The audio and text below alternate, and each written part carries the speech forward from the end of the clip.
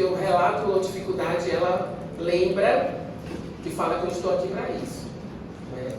Reclame, acho que dividir a dor, falar das dores com os parceiros é importante, mas lembrar que a gente tem uma luta, que ela é histórica, que ela é ancestral, muita gente veio antes, a minha mãe precisou vir antes e se sacrificar para que hoje eu conseguisse, por exemplo, estar aqui, ter uma formação, mas isso também não me eximiu do que eu passei nos outros curtas. Que eu também fui uma criança viada, também quis ser vaquita. Mas o máximo que eu consegui foi ser a bombom na pipoca puxando os fios elétricos em Maceió, né? Mas também compartilhei dessas vivências, né? Então, a cada curta que ia passando, eu dizia, meu Deus, sou eu. Meu Deus, estou ali.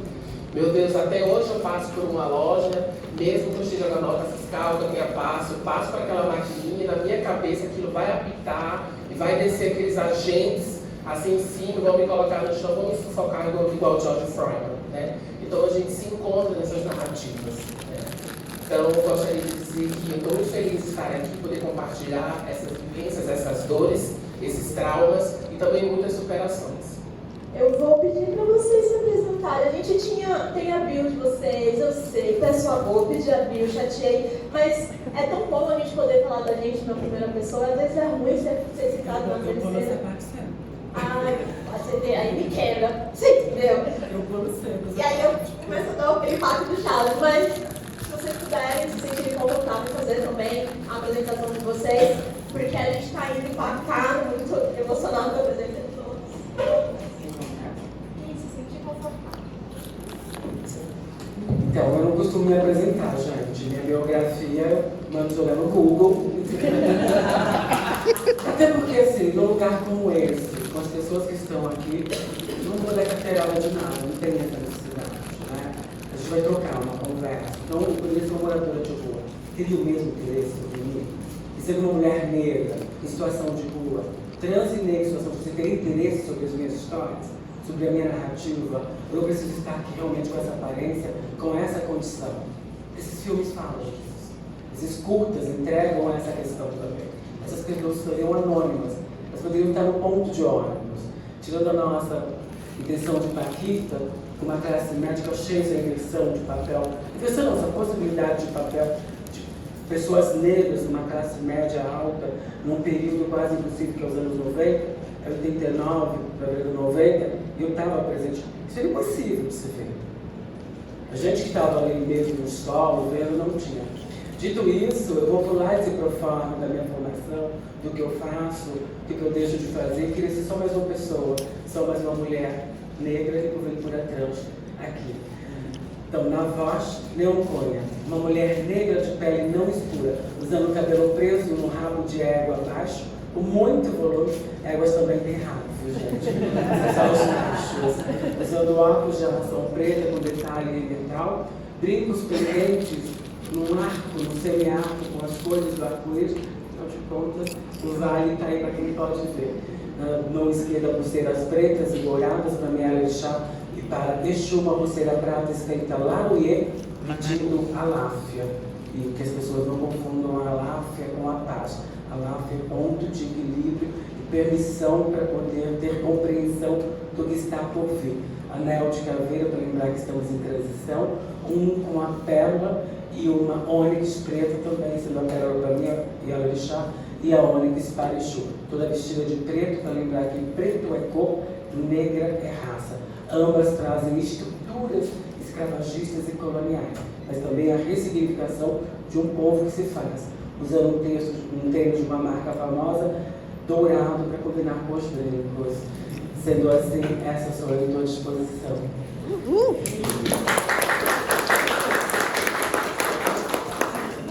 Gente, eu sei o que falar.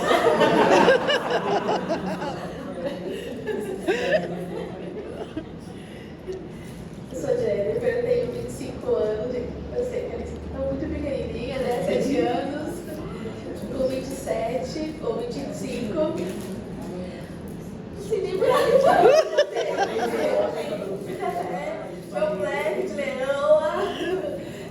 Eu moro em Santos, não moro em São Paulo, estou morando em Santos. Eu vim hoje só para ver vocês, conversar com vocês.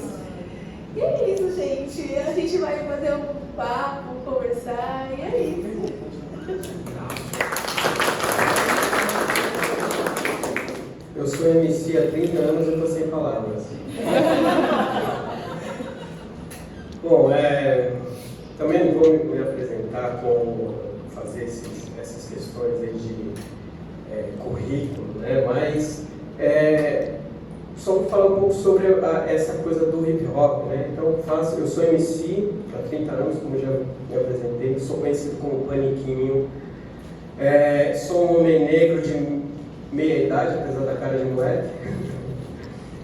Estou com uma jaqueta jeans, uma camisa preta, uma saruel com tecido africano, um tênis preto, óculos.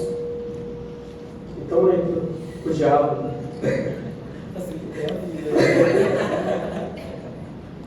Vocês conseguem ouvir a gente sem? Pode ser. Eu tenho a impressão que tá dando ruim, né? Sim. Rola ficar sem?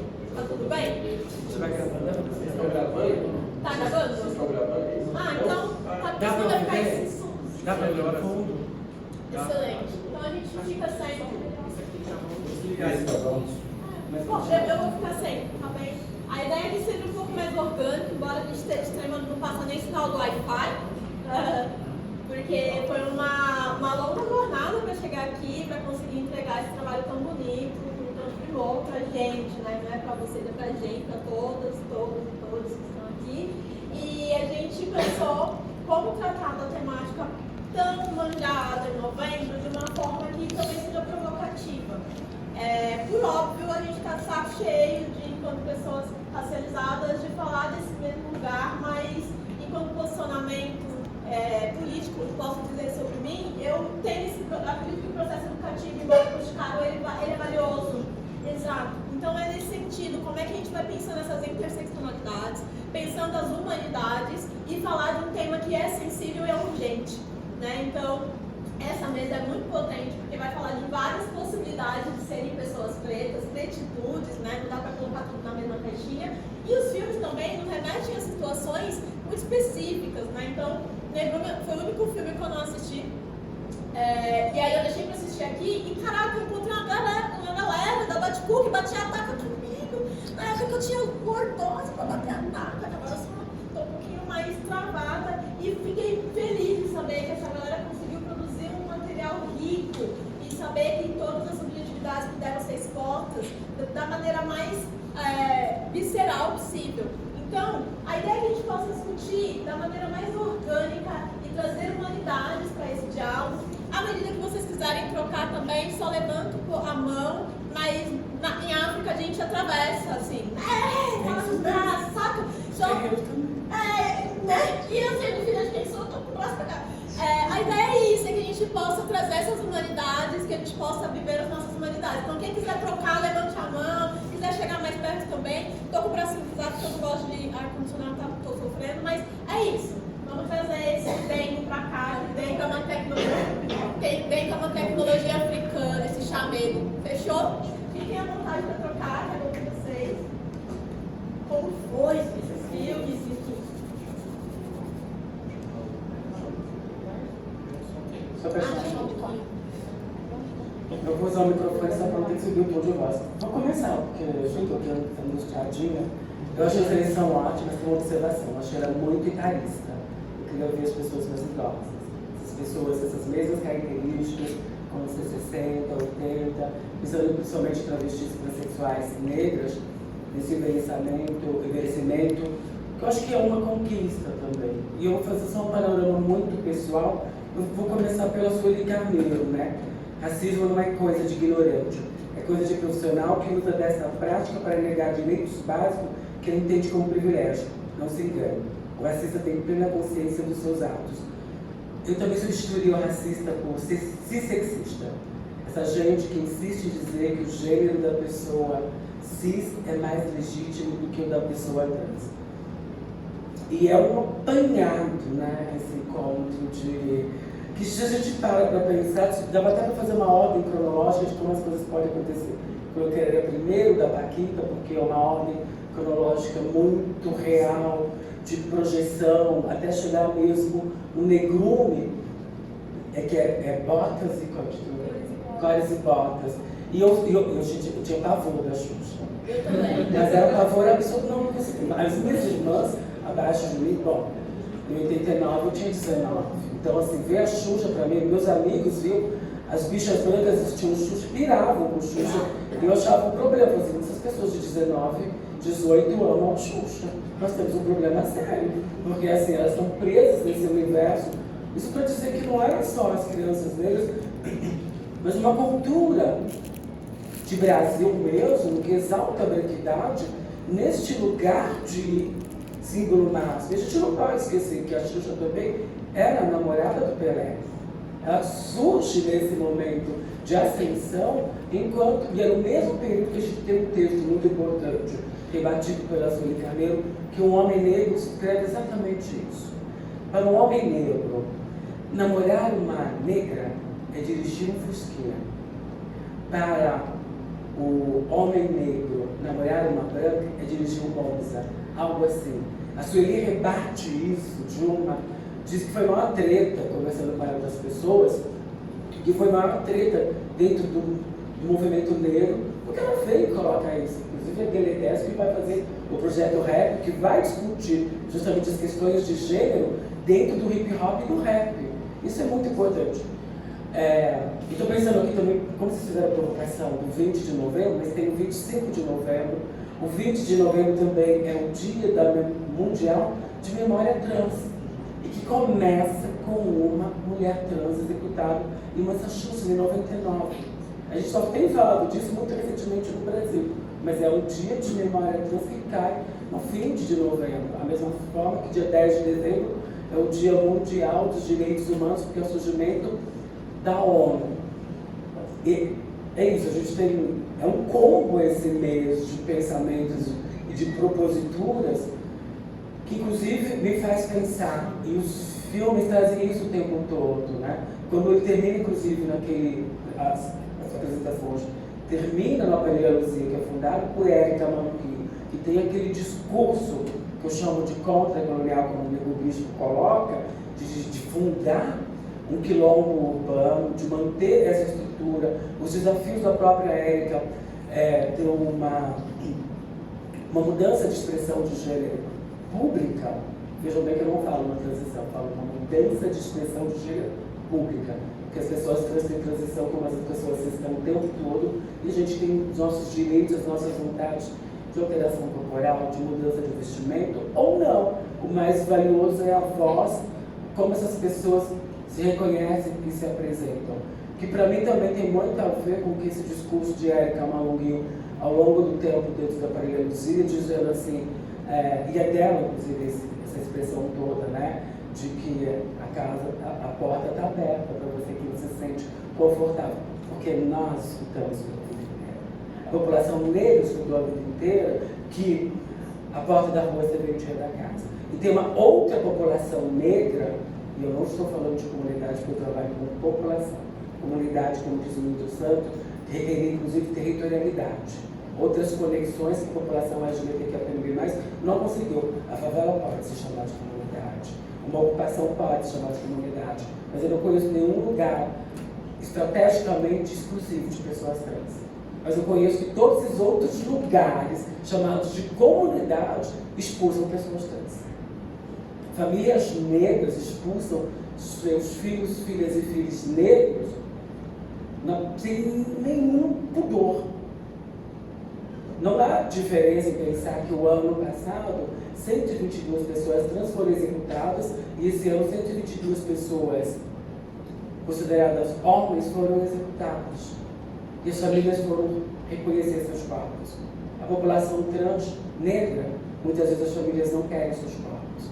Quando requerem seus corpos, e aqui eu vou fazer uma parte muito especial, porque eu vi a memória de Mateusa, e tenho muito respeito pela trajetória das gêmeas, assim como tem do Demétrio, e que muita gente, os homens trans falam, é muito difícil falar do Demétrio, que muita gente não quer que fale do Demétrio, mas que é um símbolo, assim como o Anderson reza, é um símbolo de resistência apagada constantemente, principalmente pela população transfeminina, que nunca se reconhece nessa trajetória desses homens trans, por exemplo, tira-se Mateusa daí, nesse processo também de construção de população trans, né? Essas pessoas que morrem, esses dois homens específicos, eles morrem por meio de suicídio. Isso para mim é muito profundo de pensar que Demétrio é um bailarino, é um homem que dança, é um homem que o Nietzsche fala, né? Eu não acredito em nenhum Deus que não saiba dançar. Então ele é difícil para mim, internet. Porque é isso. O ator você ainda consegue registrar. Quem dança não. Então para mim é muito importante quando você quer ser uma baqueta, quando a bailarina está dizendo ali, porque ele é único. Inspira. Quando o bailarino, o ser dançante, encerra o processo, encerra tudo. Essa divindade diz, ó, agora eu posso dançar em outro lugar, mas finaliza a obra. Você não consegue reproduzir. Por mais que você tenha um registro audiovisual, não é o sensorial de quem vai e vem logo. E nem mesmo o teatro consegue fazer o que essas pessoas fazem. Então, ver a categoria ballroom também surgir. E para mim é muito forte tudo isso, porque eu vejo tudo isso surgir. Eu vejo o ballroom no Brasil surgir também nesse mesmo período, com a cena club, quando Madonna coloca a Vogue. Mas quem são as pessoas de relevância? São as pessoas brancas que vão ocupar, inclusive, os espaços de pessoas negras. E tentando finalizar a minha fala para fazer uma conjuntura desse processo, e de ver, saber que a cultura ballroom só é possível porque pessoas negras vivendo com a HIV ousaram falar disso. Ousaram, o conceito de ballroom, ele é grandioso e até me dói um pouco quando se banaliza o conceito de houses. Como eu vou dizer, eu tenho uma house, porque eu vou declarar ter uma house. A estrutura de house é no chão, a estrutura de house é aberta, a estrutura de house é marginal. A estrutura de house nunca vai ser do mainstream. Nunca foi para o mainstream. Ela é periférica, ela é marginal. Ainda que você possa ocupar o centro da cidade, as houses disseram isso. Eu me lembro quando eu vi a primeira vez, não em Madonna, mas em Malcolm McLaren, o que é isso? A Madonna não desce no gueto, como por exemplo o Malcolm McLaren faz, e traz o Willy Ninja para dançar no Deep in Vogue.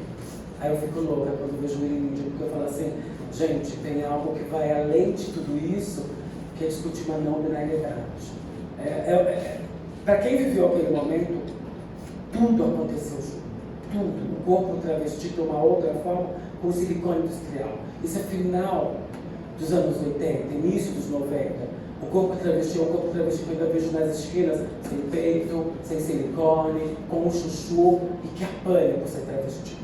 E que não acorda no outro dia de ser travesti. É como a Esther Vogue, exonerada no campo em 2019, 2020, que é assassinada com 80% do corpo queimado, e com quem eu troco e ela diz, você sabe, ela disse para mim que eu era muito corajosa. Eu falei assim, como eu sou corajosa? Corajosa é uma travesti negra de pele escura que dorme na rua. E que ela disse, ela veio se apresentar para mim com outro nome, e no final ela disse, você é muito corajosa, muito prazer, o meu nome é Esther.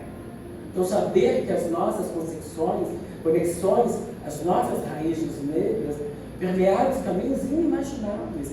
Ainda que as pessoas brancas, trans, estejam em ascensão, estão crescendo, também permeia esse lugar que a gente vem de uma ancestralidade que não tinha gênero neste país, para finalizar mesmo.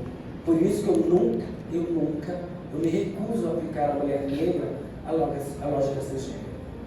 A mulher negra nesse país levou 400 anos para se tornar fêmea humana. É 1871, com a lei do ventre livre. Quando essas mulheres têm uma utilidade do capital, da mão de obra. Isso é verdadeiro proletariado. A gente está falando de uma nação que não passa pelo feudalismo. É uma nação que veio direto de uma monarquia e depois do imperialismo forjado no capitalismo, que nega a essa população uma série de acessos. Então, ver essa produção de audiovisual majoritariamente, ou melhor, aqui exclusivamente negra, e finalizando mesmo, pensando nessas mulheres que não foram nomeadas enquanto mulheres. E muitas de nós ainda não somos. Somos negras, não mulheres, não fêmea. Vitória de Santa Cruz, que é o poema Negra, se não me engano o nome, Vitória de Santa Cruz, sou negra. E vocês disseram que eu sou negra. Então, pois eu sou negra. E somente negra, às vezes. Porque você não tem outra qualidade, você não tem uma outra condição. Eu acho muito interessante quando algumas pessoas têm letramento racial, e são as pessoas que mais me interessam hoje, principalmente as de peles mais escuras, e eu convivo com uma mulher de pele muito escura, que é a única que não sai do lugar dentro do processo, e eu convivo hoje muito proximamente, e ela diz que a minha voz é muito importante para ela, eu fico muito comovida e assumindo a responsabilidade, mas ela também disse, e ela usa esse termo, você é tão branquinho, eu falei, eu não sou tão escurinha, eu sempre reverto, mas em determinado momento ela diz assim, você poderia ir lá em casa explicar para as crianças, porque ela é casada com um homem branco, e as crianças nasceram que nem eu, mais lavadinha, e ela diz assim, não tão retinta, né? Ou como dizia Lélia Gonzalez, tinta fraca, e ela diz assim, vai em casa explicar para as crianças que elas são negras. Mas eu vou dizer para vocês, assim como nós, a outra parcela que me cabe de pessoa trans, e a gente fica buscando uma existência invisível, porque é isso, você não quer ser às vezes pessoa trans, você quer ser humana, uma pessoa com todas as possibilidades, e não tão somente trans, mas por outro lado é isso, a gente tem que lutar por cotas trans, e hoje em dia você fica pensando quem é que vai acessar a cota trans, como vai acessar, porque também é isso, a gente continua produzindo um processo de exclusão, porque quem vai acessar esse lugar é a pessoa que foi qualificada, capacitada e escolhida, selecionada pelo outro, que é do processo do Brasil de exclusão. Isso para mim está o tempo todo nesses filmes. O tempo todo você vê esse processo de quem é que pode ascender. E eu achei, assim, de muita coerência, terminar com o Negro, porque a grande marginalidade transgressora aparece no final dizendo assim, olha, porque esta, finalizando mesmo, para vocês entenderem a importância de fazer essa discussão, quando a gente faz essas intersecções todas, Bayard Rustin, que as pessoas não falam o nome, era a bicha preta que escreveu os textos do Martin Luther King. É a bicha preta que nos direitos civis fez a maior marcha para Washington. Uma marcha que ninguém imaginava. Este ano eu tive que entrar em contato com uma editora e pedir para traduzirem e produzirem textos do Bayard Rustin no Brasil. Bayard Rustin não foi acolhido ali com a visibilidade, inclusive disseram isso para ele naquele movimento dos direitos civis, que não era bom que ele ficasse do lado do Martin Luther King. Era o cara que frequentava a casa do Martin Luther King e que as crianças do Martin Luther King chamavam de tio. O movimento negro naquele momento não queria as LGBTs. Embora as LGBTs negras abriram todas as possibilidades, elas seguem abrindo, finalizando mesmo, recorrendo a Chica Manicom, Salvador, Bahia, 1591, nós existíamos antes do colonizador. As pessoas trans estavam aí bem antes. Eu quero mesmo uma discussão de reparação histórica das pessoas trans, para que a próxima geração tenha certeza de que é possível, que elas não vão passar, ainda que elas estejam passando, não dá nem para comparar o que a gente passava ali nos 80 e 90, mas a gente já viu muito residual daquilo para a população trans. Então eu fico imaginando, e a gente termina com o Negrum com uma ode ao afrofuturismo, e para mim, quando eu falo de afrofuturismo, é a ideia radical de que as pessoas negras, cis ou trans como queiram, são as pessoas mais felizes.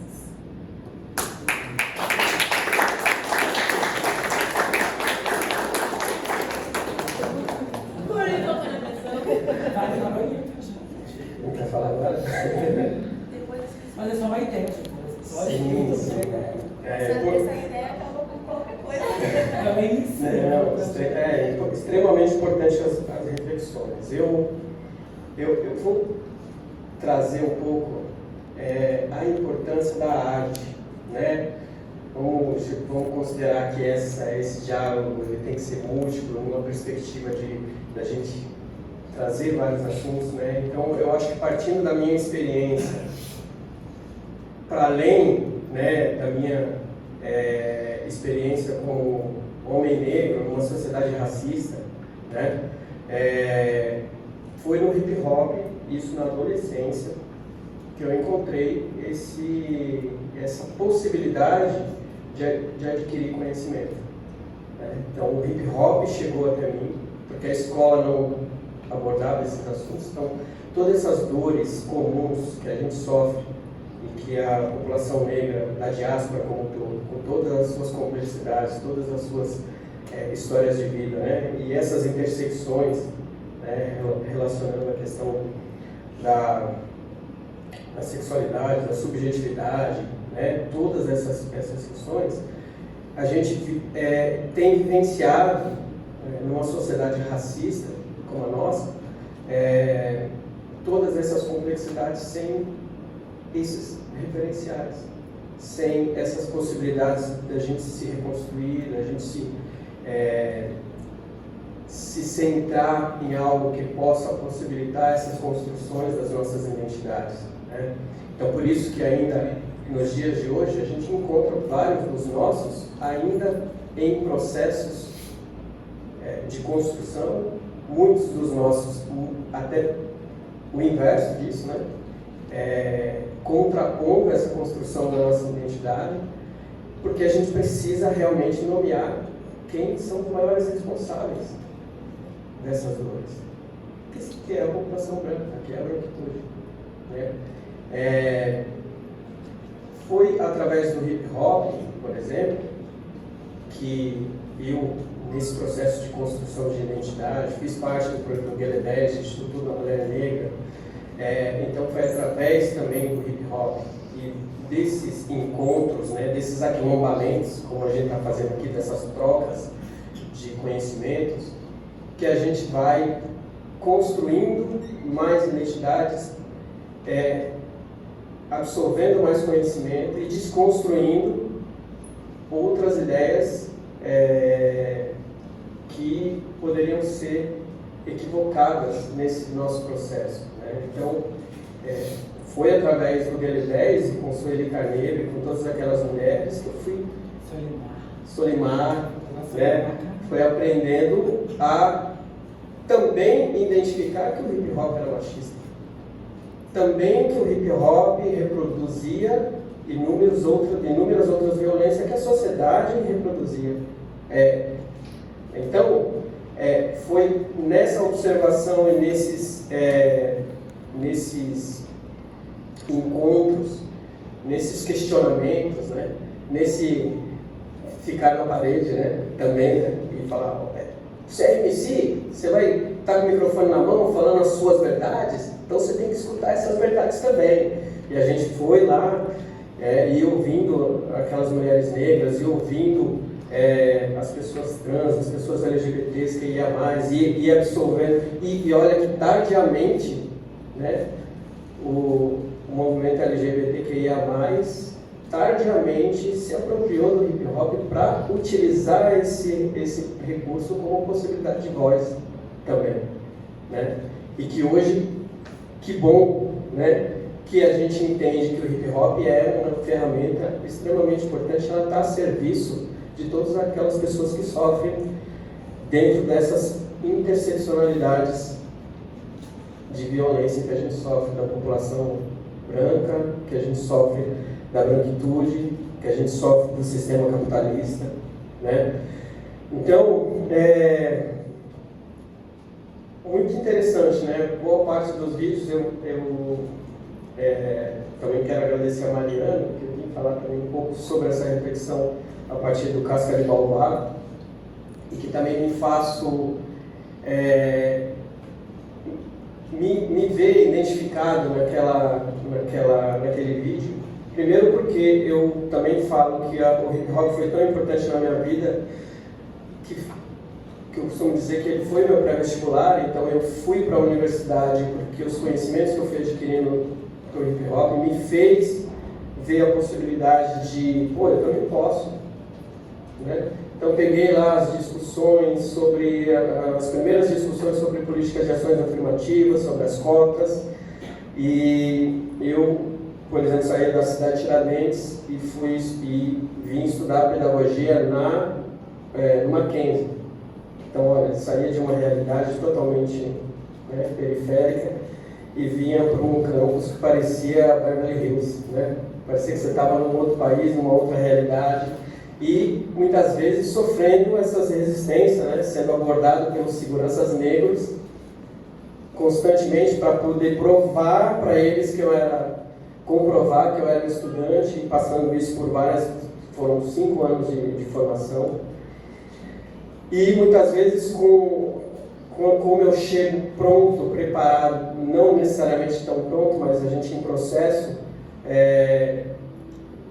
cheguei lá e falei assim, a gente já organizava eventos do mês da consciência negra, a gente sabe da importância dessa data, a gente sabe também, faz as nossas críticas da importância da gente não ser lembrado só nesses períodos, só nessas datas, mas é extremamente importante que se faça necessário sempre a gente potencializar esses diálogos para a construção desses conhecimentos continuarem sendo efetivas.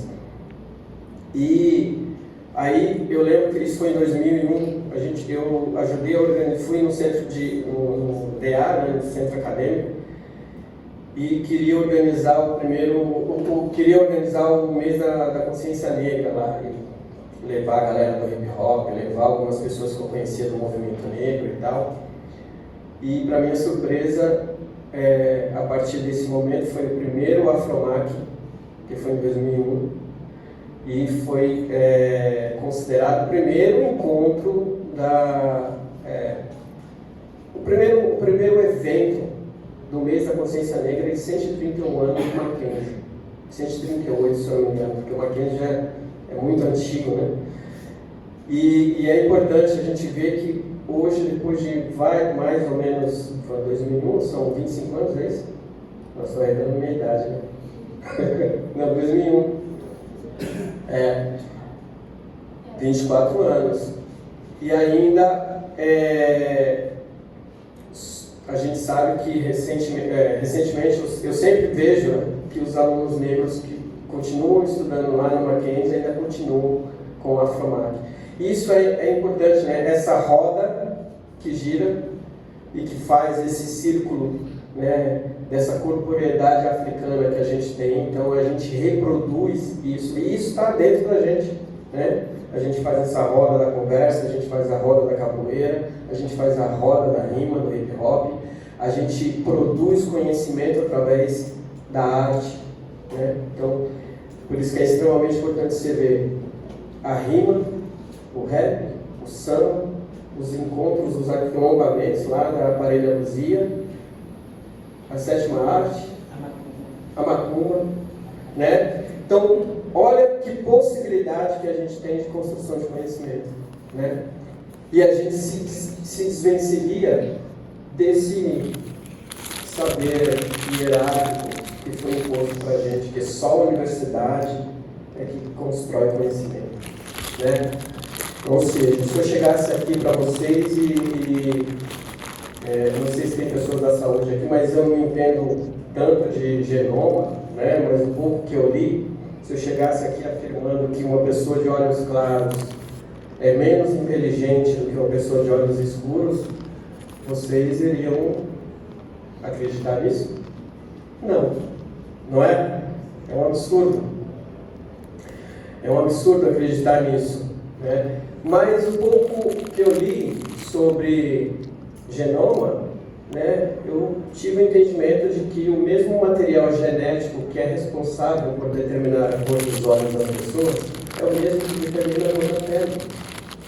Então, se eu não posso acreditar que uma pessoa de olhos claros é mais inteligente do que uma pessoa de olhos escuros, por que eu devo acreditar, como essas universidades eurocêntricas nos ensinam, que as pessoas de pele clara são mais inteligentes, são mais capazes, né? Podem estar em todos os lugares e uma pessoa que é de pele escura não. Ou as pessoas que determinam, né, como elas devem viver, ou as pessoas, né?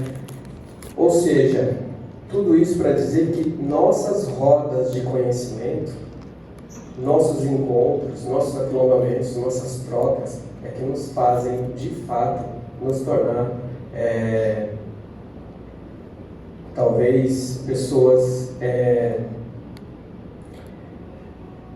que possam realmente validar esses nossos conhecimentos, e não necessariamente esses canudos europeizados que determinam que a gente só é inteligente se a gente está sob essa tutela deles. Né? Então, acho que é isso, assim. Essa é um pouco dessa... para a gente começar o diálogo. Gente, se vocês forem esperar, eu tô aqui muito bebendo da fonte, que eu sou dessas, né? Mas se vocês forem esperar, levantem as mãos, troquem ideia. Vou fazer uma provocação aqui para poder esquentar. A Jane tá com frio, tá gente? Olha a íntima Jane! O que me atravessa bastante, pensando que você é uma petista, gravando aquela cena, pequenininha, preta, e também estou recebendo ela através da arte, eu fico muito curiosa, e por ser profissional da saúde mental, de imaginar o quanto isso deve ter te mexido pra vida, assim, o quanto isso te mobiliza, porque eu estava assistindo vocês, talvez eu tenha assistido mais você do que o próprio filme hoje, porque eu deixei assistir o filme. O quanto isso te mobilizou pra vida, porque é uma criança descobrindo o mundo através da arte, e descobrindo o racismo através da arte, mas a gente acabou ali, a gente vai viver nossas vidas e os nossos... porque o racismo ele é muito criativo, tá? Versátil, dá um jeito de atingir a gente. Mas esse filme tá pra posteridade. Como que esse filme impactou pra você? Porque você tá aqui agora e super admirando, mas ainda tá dançando Quem Quer Pão aqui na mente. Eu nunca curti também. Xuxa, mas a gente sabe o tamanho do trago que fez essa identidade infantil, né? Das pessoas pretas e das pessoas que não atendem aquele padrão. Como que isso... Daí existem pessoas que, né? Questões. Mas como que isso impacta para você hoje, né? Porque trabalha com arte, seguiu a arte, mas você tem uma arte eternizada falando nesse lugar enquanto critica. E agora só é tudo isso aqui pra mim. Olha, quando eu fui fazer o teste, que eu nem queria, a gente nem sabia que eu ia fazer o teste. Eu fui, minha avó me escreveu, meu pai me levou, eu cheguei para fazer o teste, eu não quis fazer porque eu fiquei com muita vergonha. E aí fui embora, só que aí meu pai, é bem engraçado essa parte, né? Porque meu pai ligou pra minha avó, falou, olha, eu perdi meu dia de serviço, eu trouxe a Jennifer, ela não vai fazer. Minha avó, deixa eu falar com ela. Aí minha avó, você tá de palhaçada? O seu pai perdeu o seu dia de trabalho e você deu. Me conta, gente, me conta. A realidade do filme é bem com você. Sim, eu fiz, foi com 6 anos o teste. E eu falei, não, pai, eu quero fazer de novo. E aí a Juliana foi lá, deixa eu fazer de novo, mas ela falou que desde a hora que eu entrei, ela falou que foi amor à primeira vista, ela falou, é ela que eu quero. E aí quando eu fui embora, ela falou, eu fui decepcionada, tipo, como assim você indo embora? E hoje pra mim é um impacto muito grande, assim, porque coisas que aconteceram no filme aconteceram comigo.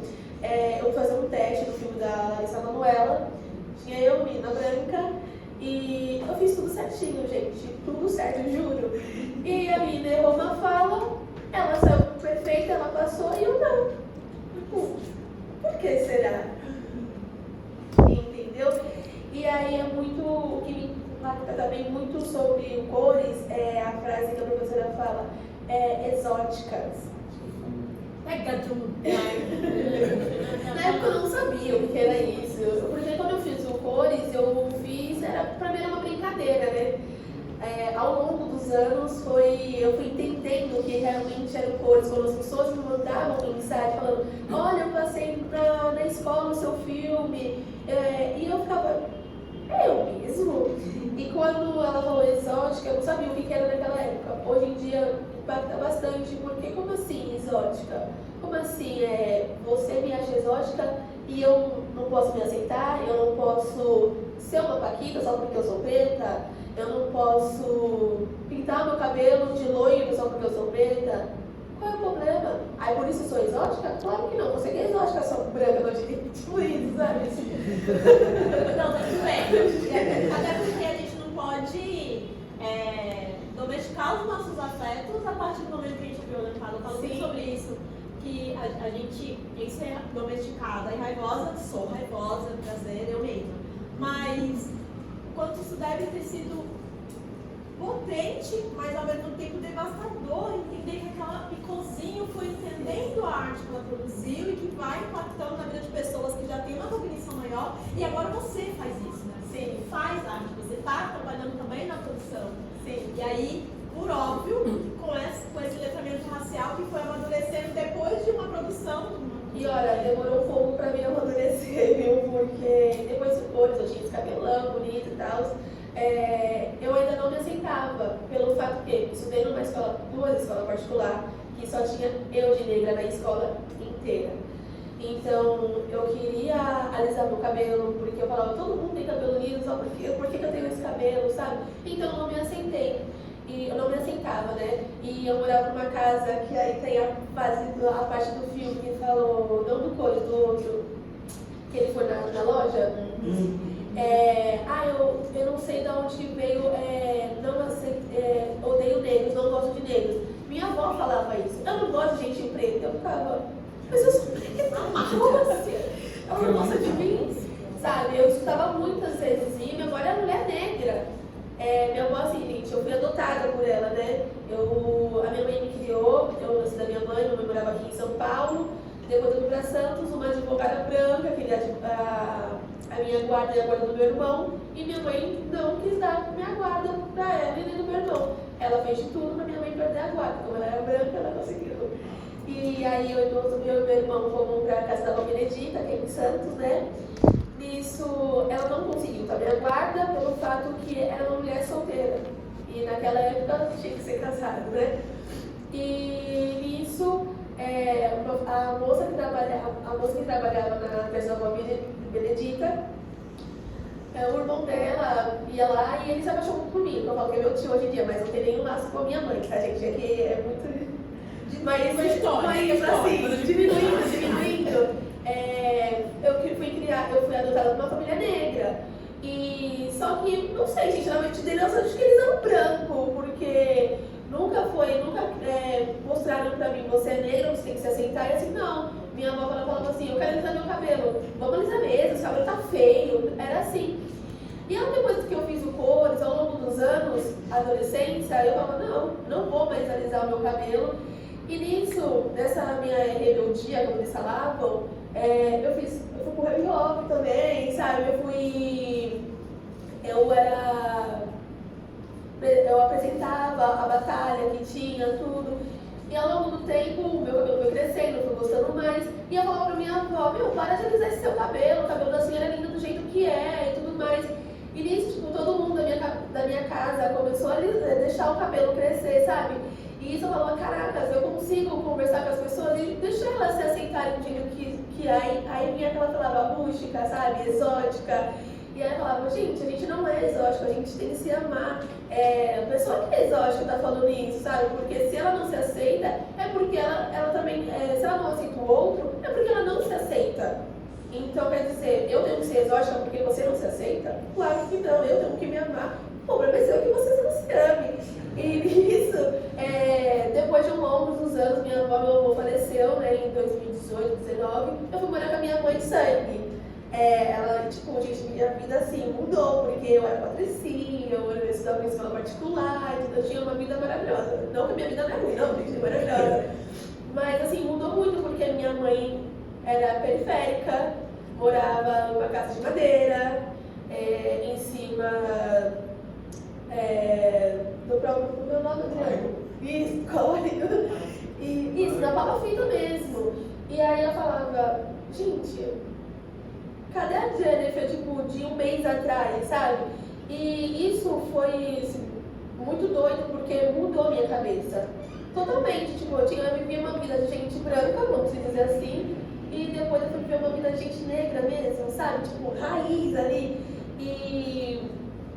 E aí nisso eu falei, cara, eu posso mudar a vida da minha mãe, eu posso mudar a minha vida. É isso mesmo que a senhora quer? A senhora quer continuar aqui? Não que seja ruim, lógico que não, mas a gente também tem que ter nossa melhor, a gente tem que colocar nosso lugar na sociedade também, sabe? E aí nisso que a gente foi morar, depois morar com a minha mãe já tinha meus outros 2 irmãos, e a minha mãe sempre queria, falava assim, mãe, qual é o teu sonho? Ela falava que eu quero ser enfermeira, técnica de enfermagem. Eu, bora, eu te ajudo, cara, bora. Ela é negra, será? Bora, tu não quer? Tu vai ficar trabalhando de limpeza até quando? Até uma pessoa ficar te esculachando até quando? A senhora vai aceitar? Lógico que não. E aí na mesma semana que eu senti ver a minha mãe, eu tava toda arrumada, que eu tinha ido fazer não sei o quê, e minha mãe tava em casa. Aí eu falei, mãe, vamos ir, porque todo lugar que eu vou, gente, eu levo minha mãe, de vez em eu ser o chaveiro dela, ela quer meu chaveiro. E aí a gente foi pra uma loja, minha mãe tava com um bermudão, blusa rasgada. Eu entrei primeiro com a minha mãe. Eu cheguei primeiro, ela entrou depois. E a mulher só faltava lamber o meu pé. E aí ela falava, não, eu quero isso e tal. E a minha mãe chegou depois. Só que eu não cheguei falando com a minha mãe. Eu demorei, porque eu tava me arrumando. Então, tipo, minha mãe chegou e a mulher nem tchum pra minha mãe. Ninguém atendeu minha mãe na loja. Eu fiquei brava quando eu vi aquilo. E aí, quando ela viu que eu falei, mãe, ela, é sua mãe? Eu, minha mãe. Ela, aí minha mãe, depois eu posso só. E aí, eu falava, mãe, escolhe. Ela, eu não sei, mãe, escolhe. Eu tô falando pra senhora escolher. Você não tem que escutar o que ela tá falando. Bem, não, gente, eu sou assim, eu falo o que tenho que falar e não tô nem aí que você vai gostar ou não. Mas você não tem que escutar o que ela tá falando. Escolhe que a senhora gostar e pronto, acabou. E aí, essa parte é assim, eu me senti, a minha mãe se sentiu um pouco ali, sabe, racismo mesmo, né? Ela virou e falou assim, você vai levar só isso? Ela só separou, tipo, 2 blusas que a minha mãe quis e pra mim tudo. Falou pra minha mãe, você só vai levar isso? Minha mãe, não, vou levar tudo. Ela só pagar no crédito? Aí eu virei e falei, não, pagar no débito. Entendeu? Então, tipo, aquilo, eu falava, aí quando eu saí da loja, eu falei, mãe, a senhora não pode deixar ninguém te diminuir.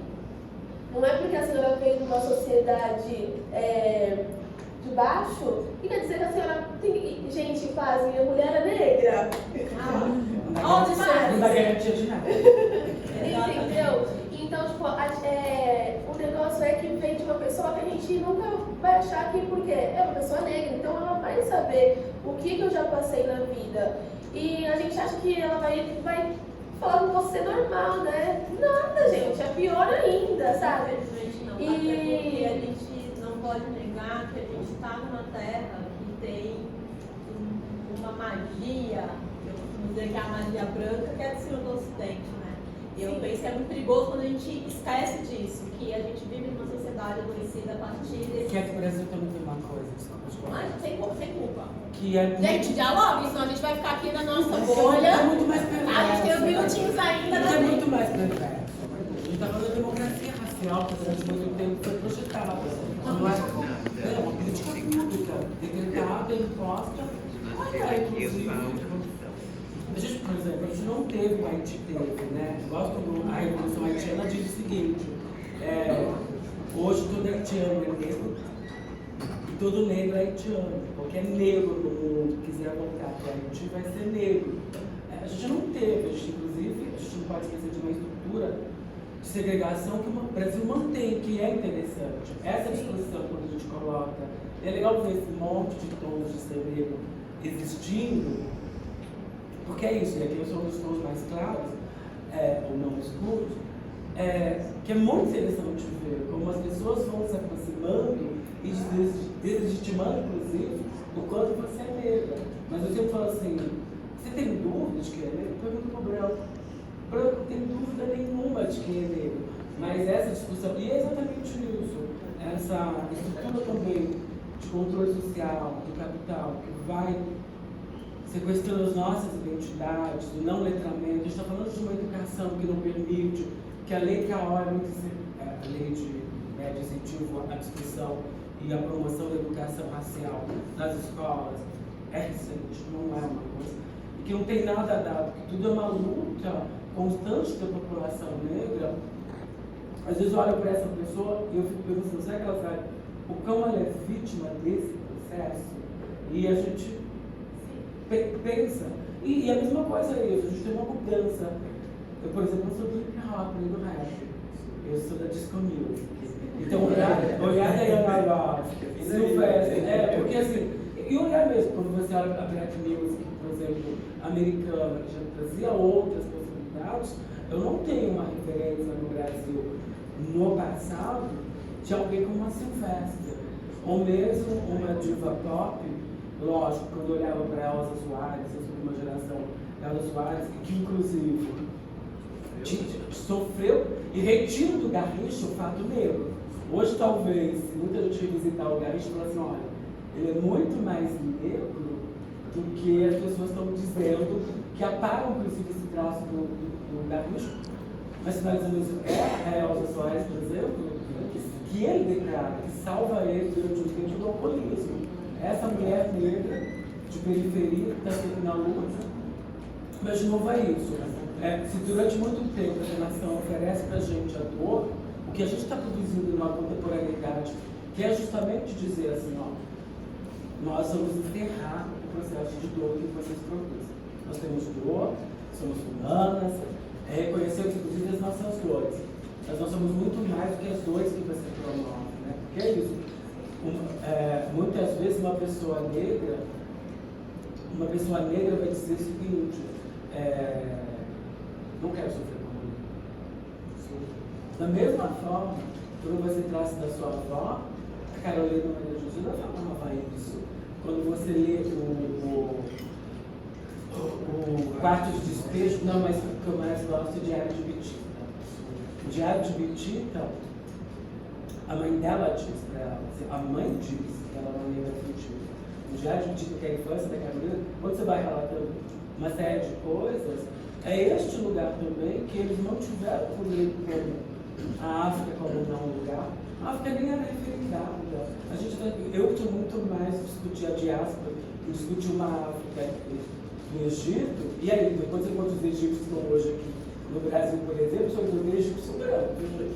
Só vemos brancos do Egito, que também estão lá, que tornaram-se uma ideia de casta, no Egito, que promoveu muita coisa. Por isso que eu volto de novo no Negrume, de como aquela apoteose da Aretha Sadiq, no final, como uma experiência egípcia, talvez é isso, sabe? A gente não teve acesso a isso. Até durante muito tempo, a nossa Cleópatra era Elizabeth Taylor. Não, veja. Eu acho que assim, é importante que a gente entenda que a nossa sociedade ela criou uma hierarquia, certo? Então, assim, no topo, homem branco, abaixo, mulher branca, abaixo, homem negro, homem, sabe? E aí vai vindo as outras. A mulher negra está lá na base. Se for trans, morreu. Se for deficiente, se for homem trans, se for não assim, essa é a lógica dessa nossa sociedade. E a forma como essa sociedade também ela nos educa, nos negando a educação. Né? Então, assim, às vezes a sua avó, a minha avó, meu tio, que não tem letramento racial, pela falta da educação, pela negação da educação, ele vai pelo senso comum, pelo inconsciente coletivo. Se o inconsciente coletivo de uma sociedade racista hierarquiza as relações das pessoas e ela coloca a mulher preta na base, né? Os trans, gays, né? Todo mundo ali na base, e só o homem branco no topo, todas as pessoas que estão nessa base, elas não querem ser o que elas são. Então, se não existe uma construção de uma identidade, né, nesse processo, ela vai se negar. E se negar é por isso que a gente escuta de tias, né, quando estava lá falando assim, não casa com preto para empreitecer mais a família. Né? Isso é uma coisa, por exemplo, não necessariamente os brancos da nossa sociedade, às vezes eles nem sabem, eles sabem quando a gente fala. Em espaços como esse, mas eles nem sabem. Mas são conflitos subjetivos que esse sistema racista imposto sobre os nossos corpos e a gente acaba reproduzindo. Gente, eu fico bastante intrigada, assim, aí eu trouxe plaquinhas, cara, esqueci da plaquinha, a Rabi tá ali pra mim. Não, eu já mostrei a plaquinha. Mostrou pra mim? Não vi. Mostrei, você não viu. Você entendeu? Porque plaquinha assim, ó. Mas eu fico muito intrigada. Eu tava olhando no celular, mas aí lembrei que a gente começou com o COF, falei, vou deixar os discursos seguirem, porque a gente já teve um momento do COF, porque é sobre isso, a gente precisa continuar falando sobre isso. É uma pena que não deu tempo de elaborar, eu sei que é muita coisa, mas eu espero que esses curtas, eles sirvam pra gente sair daqui e refletir na mesa do bar, quando for trocar uma ideia, da daquilo que a gente vai entender como privilégio, daquilo que a gente vai entender como pertencimento. E aí, caminhando para nossas considerações ancestrais, como já dizia nosso ancestral Negro Bispo, a gente é início, meio, início novamente. Eu quero agradecer por vocês terem topado fazer esse rolê, para a gente estar aqui. A cada um de vocês, eu costumo dizer que está quem precisa estar. E que a gente possa multiplicar isso para os nossos, que a gente possa multiplicar para a gente. Porque o modelo civilizatório do Ocidente está impondo para a gente o tempo todo como a gente tem que ser. Eu vou passar. Que a gente tem que se lembrar o tempo todo de se despir desse modelo civilizatório. Eu não posso esquecer que eu nasci numa sociedade transfóbica. Enquanto uma pessoa cis, eu preciso me lembrar disso. E preciso, inclusive, me colocar toda vez que meus colegas falar, e aí, o que eu posso melhorar? Porque eu sou uma pessoa preta, eu estou acertando sempre? Não sei, a única pessoa que acerta sempre é o Senhor do Ocidente, não quero me parecer com ele. Então que a gente possa também, dentro das nossas humanidades, se permitir acertar e avaliar os erros. Então eu quero agradecer pela presença, pessoinha ali, não sei seu nome. Eu sou Luca. Luca, tá bem? Luca vai fazer uma fala bem breve, porque eu tenho que a gente está com um pouquinho de tempo só, mas aí depois a gente encaminha aqui para a consideração ancestral. Não, tá tudo bem, vai encerrar com chave de ouro. E aí a gente vai passar aqui para as considerações ancestrais, mas eu penso que é importante ouvir também vocês. Pode ser? Pode. Por favor, meu bem. É que eu gostaria de fazer um comentário que, tipo assim, assistindo o filme, eu me identifiquei muito, assim, com esse sonho, como que eu posso dizer, esse sonho, assim, tão além, sabe, de você conseguir almejar aquilo que você tá vendo no ATV, né, aquilo que você tá vendo, assim, tipo, algo que tá do outro lado. E isso se fez muito presente, assim, enquanto uma pessoa trans, né. Eu sou Lucas, sou nordestina, então eu saí do meu Nordeste, sou potiguara de Natal. Então, saí de tão de longe para poder ir atrás do meu sonho, do meu sonho, foi a mesma coisa, assim, tipo, de não saber que é fácil e que a gente vai receber, tipo, no meio do caminho, tipo, vários não, sabe? Tipo, vários não diante até mesmo de racismo no geral, né? Eu sou multiartista, eu trabalho com dança e com moda. Então, enquanto eu estava nesse processo assim com a dança, eu sempre tipo vivi espaços assim muito cisgêneros na qual eu tinha que tipo me qualificar, sabe, com um porte físico, com um corpo atlético assim específico, e isso eu recebia muito duro assim dos meus professores de balé, meus professores de dança.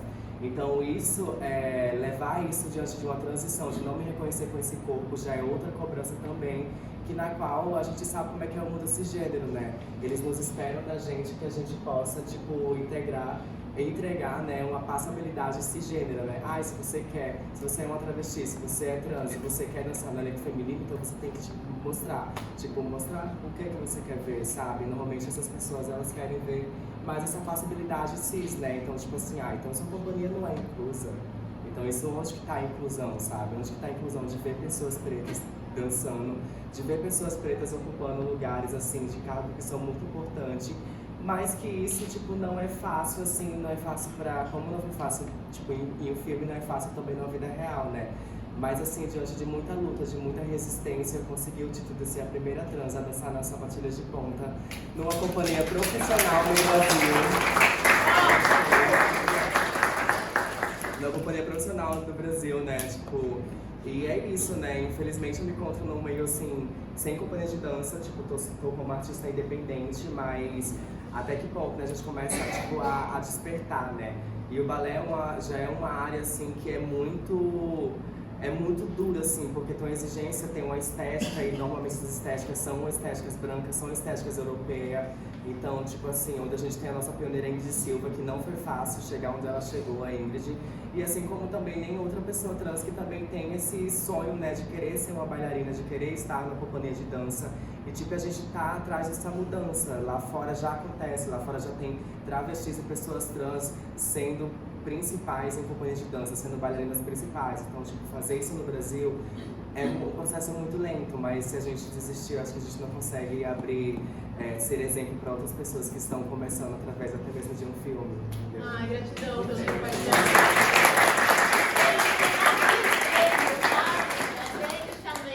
E eu vou fazer um papel chato, um corte aqui. Caso vocês queiram compartilhar mais alguma coisa, por favor, manda pra gente nas nossas redes. Dúvidas que vocês tiverem, a gente consegue mandar para as pessoas que estão aqui convidadas para poder responder. Mas mandem, por favor. E avalie o nosso evento, gente. A gente quer que vocês façam para que a gente possa melhorar. Então é isso, faltou a questão vamos falar etária, porque porque eu penso nos griots, nas griots, nas pessoas mais vividas, a gente precisa saber dessa sabedoria ancestral, vamos melhorar. Tá bom. E aí é isso, a Neon trouxe essa avaliação já pra gente, mas a gente quer saber de vocês, por favor, avaliem o nosso trabalho, para que a gente também consiga fazer as outras instâncias entenderem o quão é importante o trabalho do PEC. Porque a gente também entra numa afirmação que a gente precisa ser mantido e que a gente precisa fazer o nosso trabalho e precisa de vocês e vocês precisam da gente. Então, quem não fez ainda, dá uma olhadinha ali no QR Code. Enquanto isso, vou pedir para vocês fazerem as considerações ancestrais. Vou pedir para a equipe do PEC vir aqui na frente, porque daí ninguém merece, né? Pegar aqui, tirar que a gente está aí na fotinha. Então, vem a Ravi, vem a Rauli, vem a Carlota, Ney, Tony. Vai fazendo. Aí eu vou pedir só para a galera vir para cá também, vem sentando aqui com a gente. Né? E fiquem à vontade. Acho que fechou.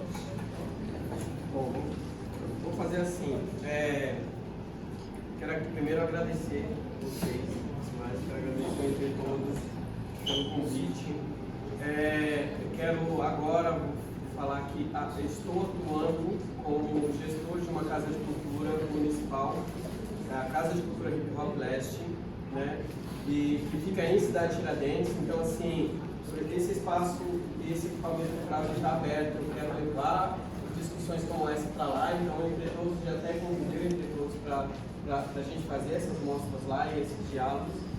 Da mesma forma como eu quero, assim, para dizer para vocês, trabalho com arte e pode também mandar lá alguma mensagem lá na Casa de Cultura Hip Hop Leste, que é o Instagram, e a gente manda o projeto para lá, a gente analisa e tal. Ou manda diretamente para mim, paniquinho com K, arroba paniquinho oficial, tá? A ideia é justamente dar continuidade à gestão que estava anteriormente lá com o JAL, e o JAL também ligado ao movimento LGBTQIA+, tanto é que eles estavam lá desenvolvendo, acho que se não me engano, esse ano, em agosto, foi, eu acho que sexta parada LGBT de periférica que teve lá, né? Então, assim, quero dar continuidade a essa possibilidade de trabalhar nesse equipamento com todas essas manifestações que essa sociedade está o tempo todo empurrando para baixo do tapete. É isso. Gratidão. Bom, gente, o meu só vai ser só um detalhe. Olha, uma coisa que eu levo pra minha vida e espero que todo mundo leve. A gente sempre tem o não, mas o sim a gente sempre tem que ir atrás, sabe? Não importa, parabéns você, sabe? Que o não você já tinha, que você foi atrás do seu sim, que você tá conseguindo o seu sim. Então, independente da opinião do outro, faça o que você quer. Independente se o outro não te aceite, foda-se o outro, você tem que se aceitar e se amar em primeiro lugar. Desculpa, gente, palavrão. Então, mais que você tenha um não, vai sempre atrás do sim, porque o seu sonho é só você que sabe o quanto aquilo doeu e pra crescer dentro de você. Então, não deixa outra pessoa fazer você desistir do seu próprio sonho, gente. Obrigada. Gente, não sai, tá? Eu vou falar, mas vai falar por dentro, então fique aí. Tem como fazer isso? Ai, a tecnologia tá clara. Bobagem. Já fiquei aqui como instituto. Estou pensando aqui numa coisa da arte mesmo, né? Porque não existe arte cisgênera, você sabe, né? Já que tudo é uma representação, a arte é transcendental, é transformista. Não tem, a cisgeneridade não existe. O que existe na arte são pessoas trans, vivências trans, possibilidades trans. Porque a atriz está aqui, mas a personagem ficou lá. As pessoas trans são tratadas assim o tempo todo. Mas é um recado específico mesmo, de pensar. Eu posso falar isso abertamente porque eu estou tocado em crioulos maiores, de quanto o próprio movimento negro deixou a gente lá de fora, pessoas trans. E também de pensar, olhando toda a trajetória, também sendo formado em arte, educação, habilitada para artes plásticas, eu estou retificando meus dois únicos certificados. Só vou retificar o colégio, porque eu passei muita fome para me formar. Eu comi o pão que o diabo branco cristão pisou. Porque chuva que segurou na minha mão todas as vezes que eu queria chegar em algum lugar. A faculdade foi um pouquinho mais tranquila, mas mesmo assim, se eu perdi o ônibus, eu tinha que fazer todo o caminho a pé para chegar em casa. mas eu convivia com as outras travestis. Porque chegou algum momento que a minha família não celebrava quando eu passava de ano, que não se importava, porque as famílias não se importam. Mas eu chegava na rua, se tem uma série que é muito difícil para eu assistir é Pose, principalmente a temporada em que as pessoas começam a ser expulsas de casa. Tem um momento ali, e vai chegando agora um outro período do ano que eu acho muito simbólico desse encontro de hoje, que é o Natal, que é mais personificação da identidade branca do que o Natal cristão. Como é que um homem negro, nascido em Jerusalém, foi transformado num homem branco de cabelos cacheados, renascentista, que seduz e produz uma imagem. Pensar nessas imagens produzidas ao longo do tempo, para nós também, pessoas trans, se a gente voltar para uma ancestralidade, as travestis não tinham peito. As travestis não tinham esse quadrinho de silicone. As travestis da ancestralidade lidavam com as suas próprias existências de realidade. Quando você olha para as antigas catuês, para as ijas, para as iandaldos de Nigéria, para as chamanés da Sibéria, você fica pensando em todas as outras identidades trans antes do colonizador. Antes do colonizador branco, eurocêntrico, dizendo que a gente não podia existir. Estou puxando toda essa história para pensar o quanto que a gente caminhou. E eu fiquei lembrando de várias, e principalmente de uma híjra que volta para o viagem de Deus e vão ter o meu lugar de divindade. Eu vou dizer para vocês, pessoas trans especial, nunca foi tão bom ser trans. Antes era impossível. Eu venho toda vez que eu tenho que vir para o centro, e hoje eu me poupei de passar pela Santa Cecília, porque geralmente eu passo pela Santa Cecília, e eu me lembro que na Rua das Palmeiras, onde tem a feira, a gente não podia pisar. Era tomate, ovo podre, batata podre, eles sabiam como nos humilhar. Mas também preciso lembrar que o grande fenômeno da travesti no Brasil se chamava Geni. Joga pedra na Geni, ela é boa de cuspir, ela dá para qualquer um. Maldita Geni. Com 12 anos eu já era uma Geni. Eu saía da sala de aula, eu tentava sair da sala de aula até o refeitório da escola, eu já era Geni. Então era melhor não comer, era melhor ter fome do que humilhação. Mas hoje, escutando travestis negras da diáspora, especialmente escutei do Haiti, e elas me perguntam, o que é mais importante? Ter nome e gênero ou matar a fome? Matar a fome. O resto você conquista. O nome e o gênero vai ser nosso, assim, porque a gente se autonomeia, a gente se autodeclara. Essa é uma conquista muito grande. E isso é ancestral, porque se a gente pensa que durante muito tempo o movimento negro não ergueu a bandeira de Chica Maringá. Então pensar que as nossas trajetórias têm uma ancestralidade numa negra como a Chica Maringá, né? De pensar que essa ancestralidade, eu volto a dizer, pensar que esse encontro de hoje, ver obras negras, de pessoas negras, majoritariamente, ver esse núcleo todo sendo tratado, é doar para o futuro. Essa ideia radical de que as pessoas negras são felizes. Essa ideia radical que eu queria dizer que as pessoas trans são felizes. Eu fico muito mexida no adoecimento psíquico ou psiquiátrico da população trans, porque quando você olha bem profundamente, é sobre a exclusão social, é sobre a rejeição, é sobre a luta de se diferenciar. Então eu fico imaginando, quando cessar a exclusão, aí que eles vão dar conta da gente. E aí um homem árabe recentemente falou para mim assim, enquanto mulher negra, falou assim, você é o tipo de negra que eu admiro. Eu falei assim, por quê? Porque você tem a cor das borboletas. Talvez seja isso, porque as pessoas que nós temos as cores das borboletas. No máximo respeito, que a gente possa, num encontro como esse, acima de tudo lembrar que é sobre uma celebração de estarmos aqui, sobre uma celebração de nos mantermos vivas diante da resistência a Deus. Eu não estou resistindo a nada. Há muito tempo eu sou muito generosa. É a resistência da sinceridade, a resistência da branquidade. O que nós estamos oferecendo para eles é uma ideia de liberdade, em que eles têm medo, assim como o povo preto fez com seus quilombos, foi mostrar que era possível ser livre. Eles têm medo de liberdade. Por isso que eles fazem seus territórios, suas nações, suas estruturas de poder, com muito medo de serem livres.